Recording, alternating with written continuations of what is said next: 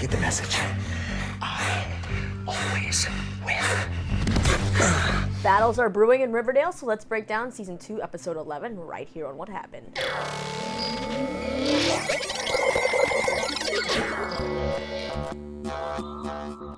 Happy Riverdale Day, everyone! Lisa here with another dose of Riverdale recap for you. So this week's episode is titled The Wrestler, and while yes, it featured a lot of abtastic guys in wrestling singlets, I kind of found the episode pretty underwhelming. Essentially though, I feel like I am growing to dislike every member of the Lodge family more and more, and yes, that includes you too, Veronica. Honestly, can't stand her right now, and she is making Cheryl look really good. Now, before I really dive into this episode, details about the upcoming musical episode for Season 2 have been announced, and it hints at some things for your favorite ships, so you can click down in the link in the description to get more info on that. Back to the episode though. This episode revolves around Pickens Day, and we spend most of the episode watching Archie try to impress Hiram and earn his trust so he can get into the inner circle to get more information for Agent Adams, and somehow Archie pulls it off. We also go through a Groundhog's Day-like scenario of awkward meals at the Cooper house, but eventually Betty and Chic start to bond, and as expected, he is not a good influence on her, and also Hal wants nothing to do with him. As for Jughead, he exposes the truth about Pickens Day, but not without hurting some of his serpent friends. So let's dive into this recap in a little more detail. First, let's talk about the Cooper family, who are, as expected, a house divided when it comes to the arrival of Chic. Alice wants Chic to stay, but Hal, he is not having it. Hal just keeps insulting Chic, who he says is just there to fill Polly's void, and he also keeps hounding him with questions about who he is and what he was doing. Chic eventually sort of explains what happened the night he was attacked, and he can go into specifics if they want, and he also says he has quite the collection of scars, and this makes Betty's ears perk up as she says she has scars too. Crescent moons on my palms. From digging your nails in? Yeah. Yeah, I used to do that too.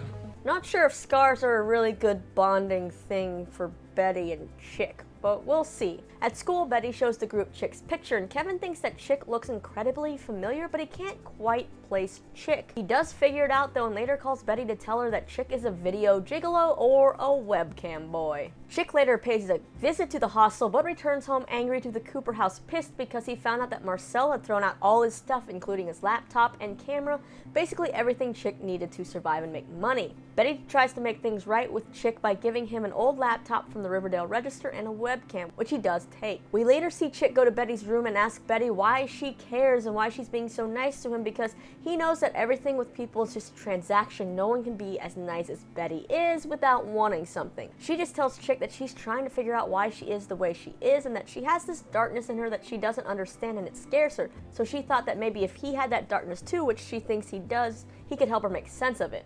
Well, the Cooper family outing at Pickens Day goes as expected. Hal wasn't going to go at first, but then arrives to tell Chic that he went snooping on his computer and found out just what he was doing online. Hal then tells Chic he has to go, and he tells Alice that she knows damn well why. Well, they don't actually say why in this episode, but I feel like it just confirms that Hal isn't Chic's father and is a product of Alice having an affair with someone else who a lot of you think was FP, because why else would Hal be so mad? We know Hal didn't want the kid at the beginning, but it seems like he is very passionate about just why he didn't want the kid. It had to be more than just being a teenager and not ready to be a dad. As this happens, evil Penelope Blossom is watching from afar, twirling her candy apple like she's the evil queen or something. She later finds Hal and offers him some comfort, and it's pretty creepy. Looks like you could use some company, and I've got to know where I need to be.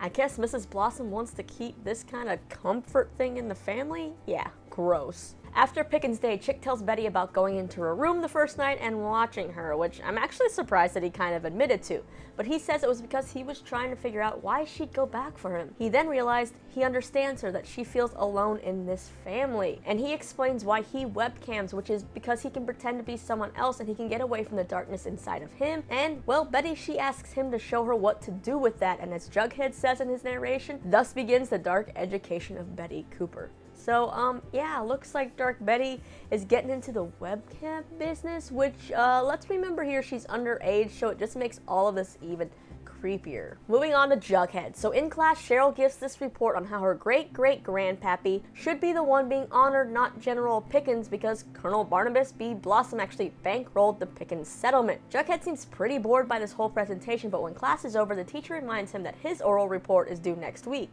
Jughead has decided to interview Tony's grandfather, the longest living serpent, for his project. Jughead ends up learning that the serpents came from a tribe called the Uktana, who used to own all the land Riverdale was built on. General Pickens actually raided them and slaughtered the tribe, which included killing children.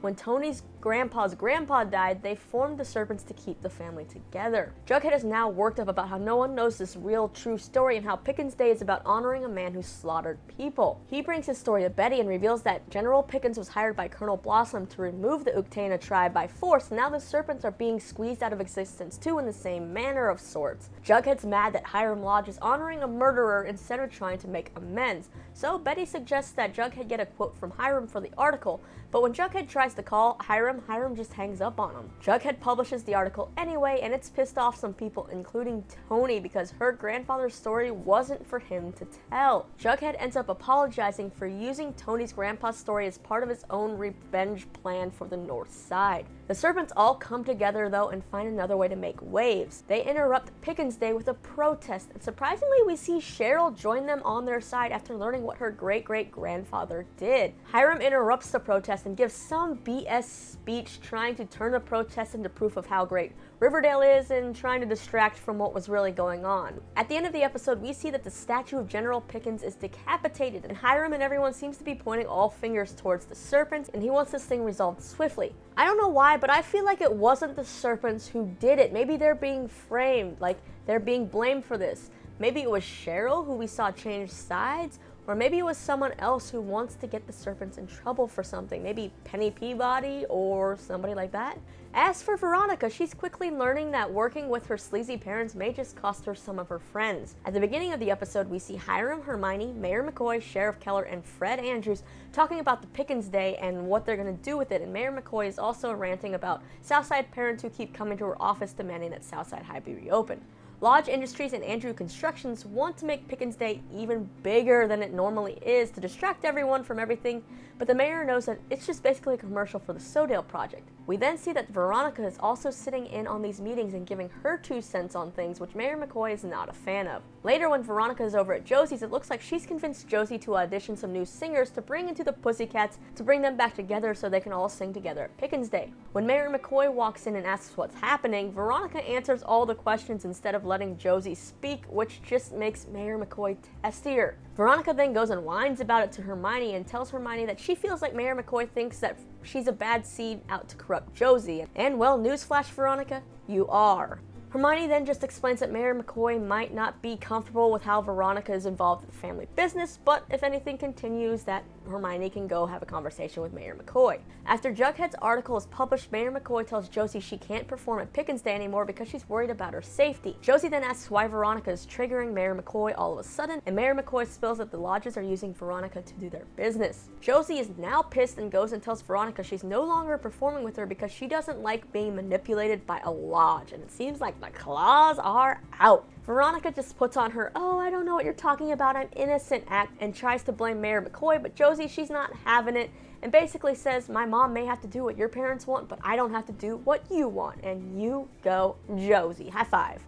Later at Pickens Day, Veronica and the Pussycats perform, and Josie doesn't look too thrilled about it. Veronica definitely went from likable in season 1 to shady bitch in season 2. I was rooting for you! We were all rooting for you! How dare you! Now it's time for the big showdown of the week, Hiram versus Archie. And yes, Hiram is really damn intense, but I kind of feel like this guy suffers a little from Napoleon or Little Man syndrome, right? Is he compensating for something? Well, when the episode starts, we see Archie gearing up for basketball tryouts. He was churning, his life in chaos after an unexpected visit from the feds. Sorry guys, I got distracted. I mean, they kept playing the clip over and over, so I figured I should play the clip, right? Well, when Archie returns home from practice, he walks into that meeting the lodges are having with everyone at the table. He asks to join, but Hiram quickly says they're done, and then Hiram's pretty cold to Archie, and so is Veronica in a sense because she won't give Archie a kiss because he's too sweaty. I don't think she's really had a problem with that before, has she?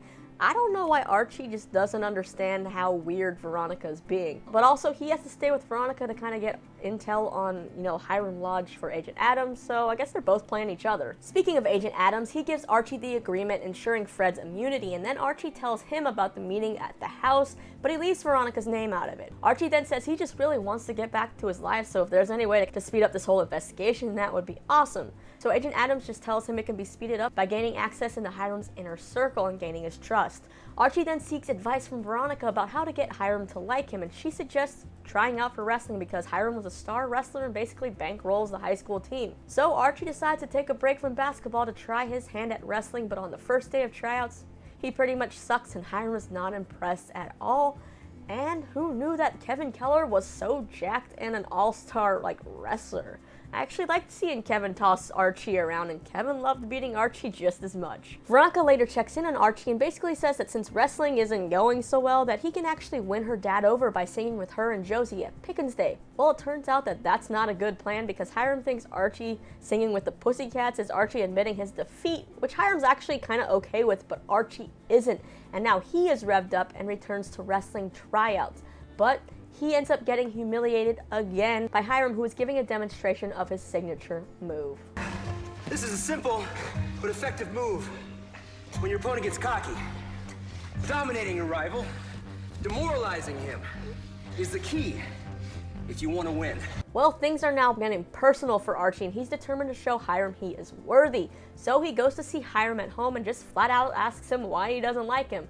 And it's no shocker that Hiram is holding a grudge for Fred sleeping with Hermione, and he just doesn't think Archie's worthy of Veronica. So when Veronica walks in, they both kind of lie, saying that Hiram is just giving Archie some one-on-one training for wrestling. To keep up this charade, Hiram and Archie go for an early morning run and breakfast the next day. Hiram once again tries to intimidate Archie by saying Veronica will be over him soon because boyfriends, they're just a phase. Later, at the final day of tryouts, Hiram tries to get inside Archie's head again by not only inviting Veronica to watch, but by putting Archie against Chuck Clayton, which makes no sense because Chuck is in a different weight class from Archie. Well, somehow miraculously, Archie has become a seasoned wrestler in a matter of days and pins Chuck Clayton, who's probably been wrestling for a long time. Archie ends up winning, and he also wins Hiram's respect, or so it seems. And Hiram basically offers to show Archie the ropes when it comes to business and to be his mentor, like an internship.